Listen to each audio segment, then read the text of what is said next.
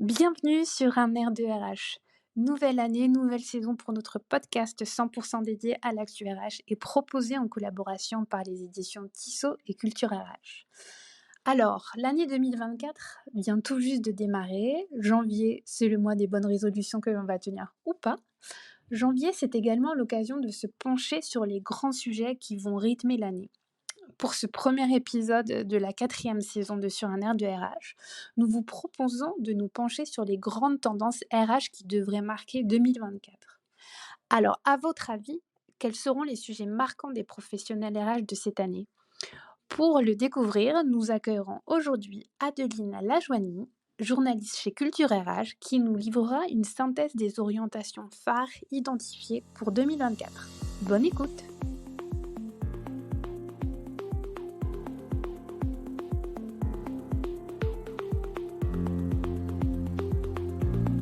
Avant de commencer, vous l'avez sans doute remarqué, ce n'est pas l'accent chantant d'Élodie Clarillon que vous retrouvez aujourd'hui au micro de Sur un air de RH, même si je vous le garantis, elle n'est pas bien loin. Je suis Pauline Correa et je suis ravie d'entamer cette nouvelle saison avec vous à l'animation de ce podcast. J'en profite d'ailleurs pour vous souhaiter à toutes et à tous une très belle et heureuse année 2024.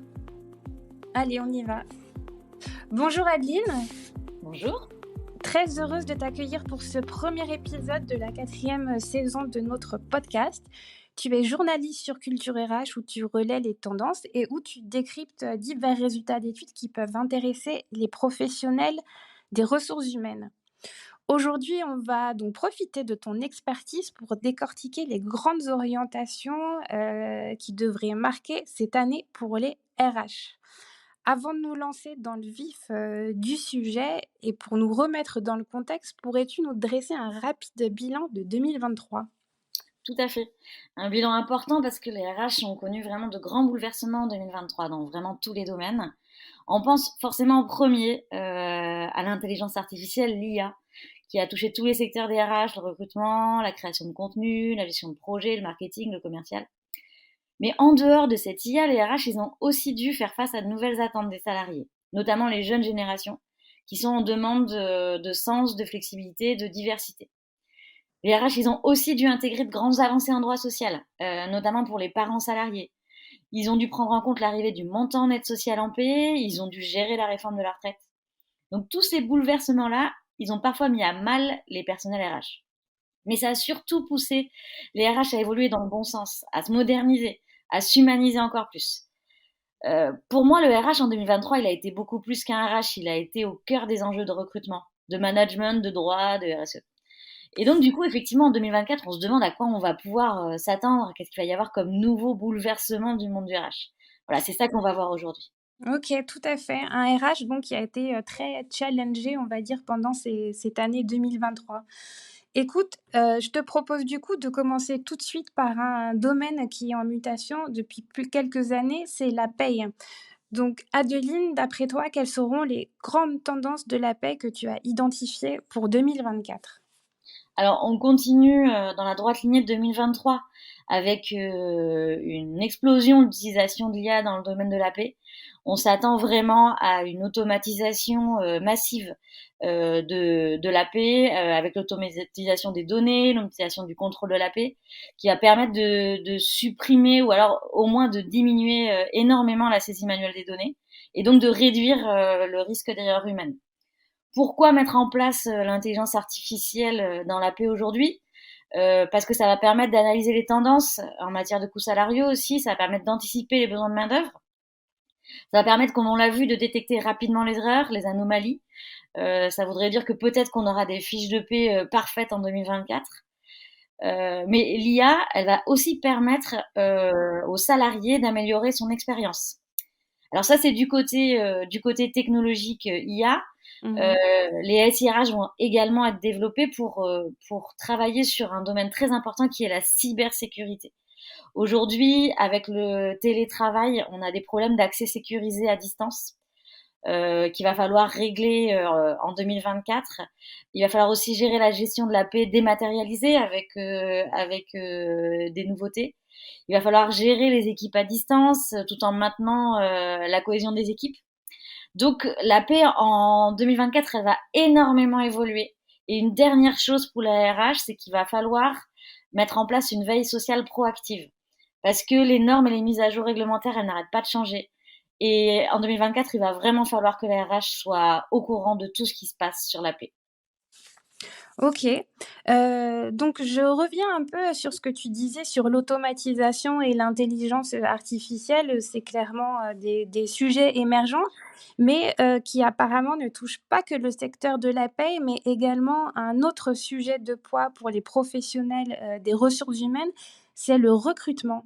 Est-ce que ces 2 pratiques sont en train de devenir, clés pour faciliter, le quotidien des professionnels des ressources humaines? Ouais, tout à fait.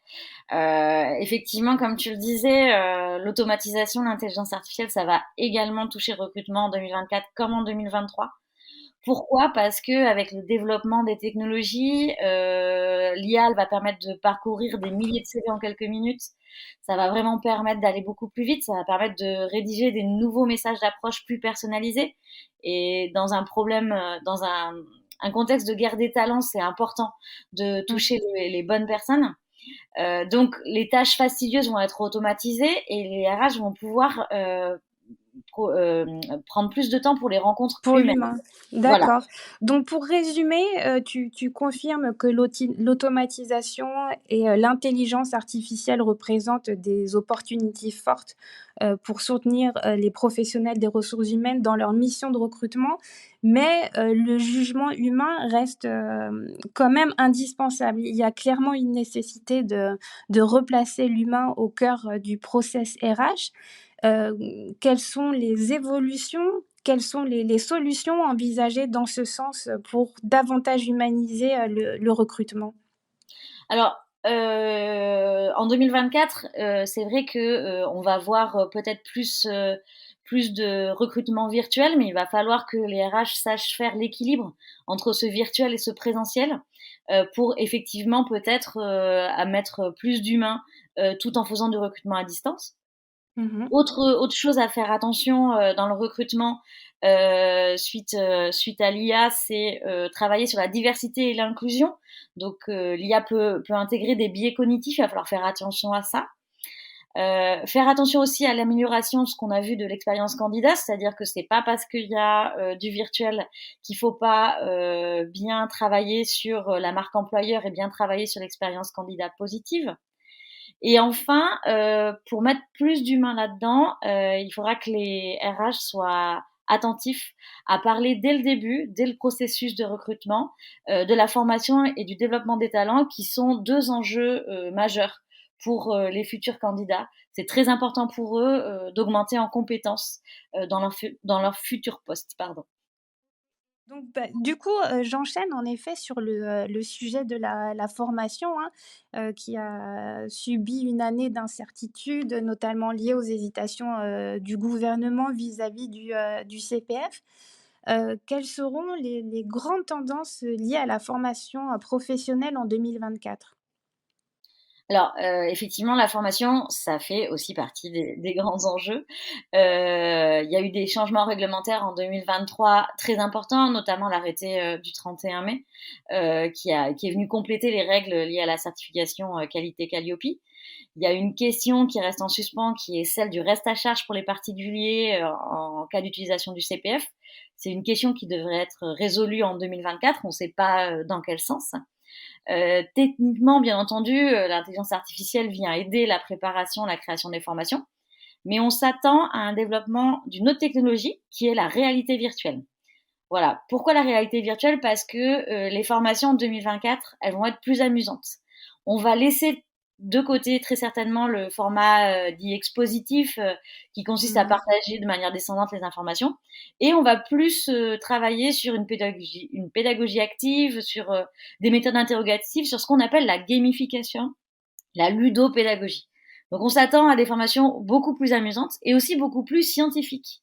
Parce qu'il y a un domaine qui est arrivé en 2023 et qui devrait exploser en 2024, c'est les neurosciences. Les neurosciences, elles devraient permettre d'aborder la formation de manière plus scientifique et donc de maximiser l'apprentissage, mais aussi peut-être de le rendre un peu plus ludique. D'accord. Le côté ludique donc au cœur de la formation, finalement. Ouais. Et la formation qui n'échappe pas, une fois de plus, à la montée de l'intelligence, artificielle.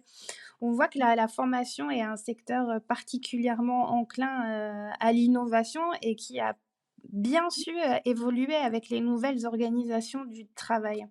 Donc en parlant de nouvelles organisations du travail, le management a aussi particulièrement été impacté par ces évolutions, pour ne pas dire, perturbations conjoncturelles. Adeline, quid de ces stratégies de management à privilégier pour, 2024? Alors en 2024, il y a un concept phare qui va être vraiment très important à prendre en compte en management, c'est la flexibilité. Mmh. Parce que on le sait, le télétravail, c'est plus un sujet hein, en entreprise. Hein. Presque 72% des collaborateurs estiment que le télétravail devrait être un droit inscrit légalement. On a vu une étude là-dessus. Donc, il faut, en tant que manager, penser flexibilité, penser équilibre vie professionnelle, vie perso, penser efficacité, productivité. Alors ça peut paraître très compliqué, mais heureusement il y a plein d'outils qui vont apparaître, qui apparaissent déjà, qui sont plus collaboratifs, plus génératifs, notamment via l'IA bien entendu, pour aider les managers à travailler avec leurs équipes à la fois en distanciel et en présentiel. Bien entendu, un autre problème à travailler avec cette IA, ça va être l'éthique et la cybersécurité, comme dans le recrutement, comme dans la formation, comme dans la paix. Voilà, les managers vont devoir faire attention à ça également.